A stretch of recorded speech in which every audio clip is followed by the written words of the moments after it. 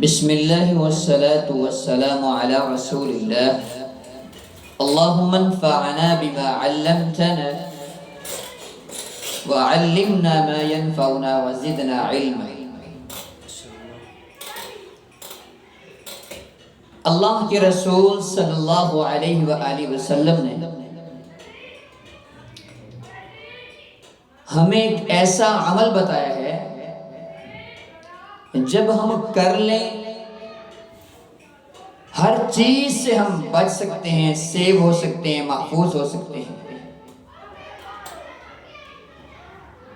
محمد عربی صلی اللہ علیہ وآلہ وسلم فرماتے ہیں جو انسان سوتے ہوئے سورہ بقرہ کی آخری 2 آیات کی تلاوت کر لیتا ہے، یہ 2 آیات ایسے آدمی کو جو ان کی تلاوت کرتا ہے، ان کو پڑھ لیتا ہے، ہر چیز سے کفایت کر جاتی ہے۔ انسان کا یہ عقیدہ ہونا چاہیے کہ جو بندہ ان کی تلاوت کرتا ہے وہ جنات سے، شیطانوں سے، چوروں سے، ڈاکوؤں سے، لٹیروں سے، مصیبتوں سے، آفتوں سے، بلاؤں سے اللہ کی حفاظت میں آ جاتا ہے۔ اب ہم نے یہ ڈیسیژن کرنا ہے کہ ہم نے ان تمام آفات سے بچنا ہے، بہت ساری بھلائیوں کو اپنے دامن میں سمیٹنا ہے، یا پھر آزمائشوں کا، تکلیفوں کا، دکھوں کا مقابلہ کرنا ہے۔ کون سی 2 آیات ہیں؟ تو ہم ان کی تلاوت کر لیتے ہیں۔ اعوذ باللہ من الشیطان الرجیم، بسم اللہ الرحمن الرحیم،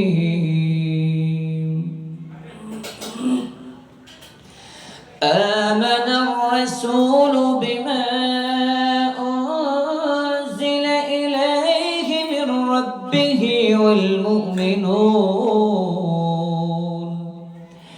كل آمن بالله وملائكته وكتبه ورسله لا نفرق بين أحد من رسله وقالوا سمعنا وأطعنا غفرانك ربنا وإليك المصير